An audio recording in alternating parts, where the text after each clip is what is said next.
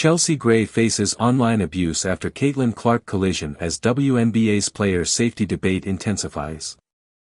The WNBA once again finds itself at the center of conversations about player safety, officiating, and the growing problem of online harassment after a controversial moment involving Indiana Fever star Caitlin Clark and Las Vegas Aces guard Chelsea Gray. While Clark reached another historic milestone during Sunday's matchup, much of the attention shifted away from her record-breaking performance and toward the wave of abuse directed at Gray following a physical play late in the first half. The incident has added another chapter to an ongoing discussion surrounding how the league handles physical play involving Clark and how players are increasingly becoming targets of harassment on social media after high-profile games. Clark sets another historic record. Despite playing only 25 minutes against the Las Vegas Aces, Caitlin Clark once again made WNBA history. The Fever guard recorded her 600th career assist, becoming the fastest player in league history to reach that milestone. Clark accomplished the feat in just 72 career games, further strengthening her reputation as one of the league's premier playmakers. Since entering the WNBA, she has consistently broken records that previously took players several seasons to achieve. However, her latest achievement was quickly overshadowed by controversy after a collision with Chelsea Gray during the second quarter. The play that sparked debate. The incident occurred with approximately 4:26 remaining before halftime. Las Vegas was attempting to reduce Indiana's lead before the break. Chelsea Gray had possession of the basketball while being defended closely by Clark. As Gray attempted to drive through the defense, there were two moments within a few seconds where contact occurred between the players. Gray's shoulder made contact with Clark's midsection while fighting for position. Moments later, Gray elevated for a shot as Clark attempted to contest it. After the shot, Gray fell backward while Clark landed awkwardly, falling face first before rolling onto her back. Clark appeared to be in visible discomfort as she remained on the floor for several moments. Officials immediately stopped play to review the sequence. Following the review, referees ruled that Clark had committed a common personal foul during the defensive play. The decision surprised many watching the game, including Clark herself. As she walked away from the officials, television cameras captured Clark saying, "It's not a foul," clearly disagreeing with the ruling. Gray converted both free throws awarded after the review. Although she scored from the line, Gray did not add another point for the remainder of the contest as the Aces eventually suffered a heavy 109-75 defeat against the Fever. Online reaction escalates. As often happens after controversial moments involving Caitlin Clark, reactions spread rapidly across social media. While many fans debated whether the officials made the correct call, some crossed the line into personal attacks against Chelsea Gray. On Monday, Gray revealed the extent of the abuse by sharing a screenshot of one of the direct messages she received on Instagram. The message contained racial abuse directed at the veteran guard. Sharing the screenshot on her Instagram story, Gray expressed frustration over the repeated harassment athletes receive after games. She wrote, "This was a message I received after our game versus Indy yesterday. People act like we just make this up. And the audacity to tell us as athletes to shut up and dribble." Gray's post highlighted the emotional toll that online abuse continues to have on professional athletes.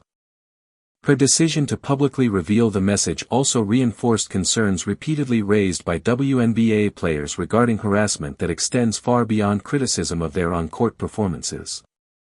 History repeating itself. For many around the league, Gray's experience felt uncomfortably familiar. Just days earlier, Connecticut Sun star Alyssa Thomas had become the focus of intense online criticism following another controversial incident involving Caitlin Clark. During that game, Thomas made contact with Clark around the neck and throat area. Officials did not assess a flagrant foul during live action. However, after reviewing the play, the WNBA upgraded the contact to a flagrant foul too. Because of that ruling, Thomas received the league's automatic one-game suspension. Although the disciplinary process concluded with the suspension, the online backlash continued to grow. Thomas later revealed that she had received personal threats following the incident. She called for greater accountability from both fans and the league, emphasizing that no player should face harassment or threats because of actions occurring during a basketball game. League leadership responded. The fallout from the Thomas incident prompted a response from WNBA Commissioner Cathy Engelbert. As criticism intensified, Engelbert publicly condemned harassment directed toward players and reaffirmed the league's commitment to creating a safe environment both on and off the court. The issue also reached beyond basketball circles.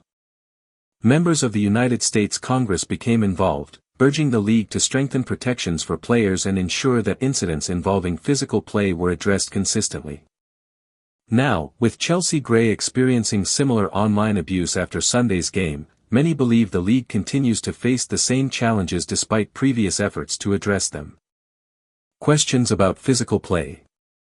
Physical basketball has long been part of the WNBA.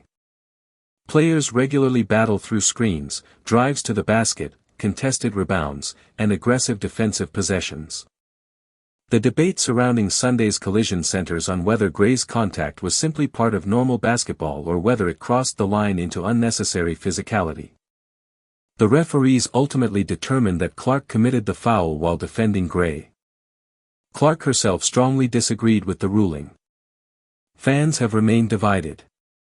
Some believe the officials correctly interpreted the play as legal offensive movement by Gray with defensive contact from Clark.